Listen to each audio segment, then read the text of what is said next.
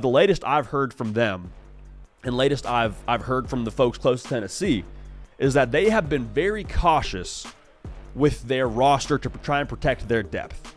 And that makes a ton of sense. However, you talk about Nico, and that's the guy that I think everyone's most curious about. How's he doing during fall camp? Is he progressing how he's supposed to? And honestly, not a whole lot of buzz. And I think when you find a lack of buzz around your quarterback, the first thought is like, whoa, is something bad happening? Is he not performing?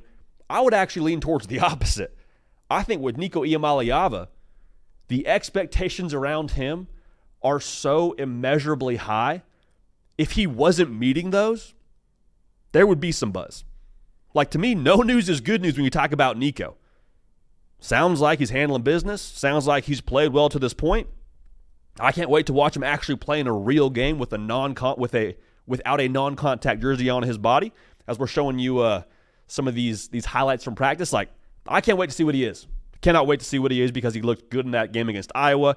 As he gets more comfortable in the system, which you expect him to be, now having spring and fall camp under his belt as the guy, I'm excited. I will say this too.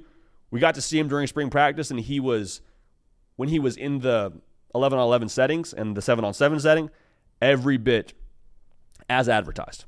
Tennessee fans, y'all have been rocking with us for a long time now. Have a ton of y'all subscribed to the channel. If you have not yet subscribed, would love to have y'all a part of this. Talking college football every single day. Going to talk a lot about your Vols. Make sure you're subscribed so you don't miss a minute of what we have going on this show.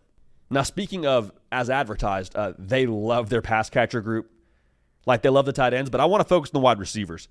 Dante Thornton is a guy that this time last year, everyone, including myself, was saying, like, hey, buy stock in this dude. He's 6'5", 214 pounds. Dude can absolutely roll. And he transferred in from Oregon last year with massive expectations, then got to the fall and had trouble putting it together, had trouble staying healthy. The report out of fall camp is like, hey, he's turned a corner. And when we saw him during spring practice, like, that dude is put together physically. Because you hear about these guys that are like 6'5", and you're like, oh, well, they must be sort of more slim, go up and get it kind of guys. Dante Thornton is a go up and get it kind of guy, but he is every bit of 214 pounds. Like, he was that they are taking care of him at the dining hall. I'll leave it at that. Now, Chris Brazzell is a transfer wide receiver from Tulane, also at 6'5", so you got some skyscrapers out there if you're a Tennessee Volunteer fan playing wide receiver.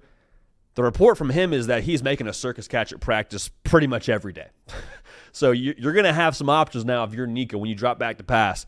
You got Dante Thornton. You got Chris Brazzell. Squirrel White, I feel like, is a known commodity at this point for the folks in Knoxville. Brew McCoy, they're being very cautious with him. What I was told is if they played a game tomorrow, he would start, he'd be ready to roll. So take everything that you hear about him, or maybe that you don't hear about him during fall camp, with a grain of salt. Obviously, coming off that injury, they're going to use him sparingly, but he's going to be ready to go, and he's been checking all the boxes. Now, defensively, I always take fall camp defensive reports and just what we're hearing around the defensive side of the football with a grain of salt, because to some degree, like, you're able to know what the opposing offense is doing because you're practiced against it every freaking day. But I'm doing some football math when we talk about what to expect from the Tennessee defense in 2024. And what I mean by that is, like, the equation in my mind is the cornerbacks, reportedly, are going to be pretty good. The safeties, still TBD, still kind of figuring that position group out. Defensive line, though, it's like they feel real good. They feel like they are 13 deep on the D-line. If there was one position group you absolutely have to have in the SEC, Vol fans know this, it's up front. And so to have that and to have it in spades, like, that is a very good sign. And so when we talk about the football math that I'm doing here, I'm like, okay, good plus really good, defense should be okay. Now, it's one thing to say that right now in fall camp, and it's another thing to have it translate to the actual season, but I think you can feel okay about where the defense stands. To take it a step further, using that football math, the thing that we keep hearing in the vibe out of Knoxville is like, hey, this offense should be a lot closer to 2022 with Hendon Hooker than it was to 2023 with Joe Milton, and to be fair, what Joe Milton had to work with. And so if we're going a lot closer to that 40 points a game number offensively, then we just need that defense to not be like 2022.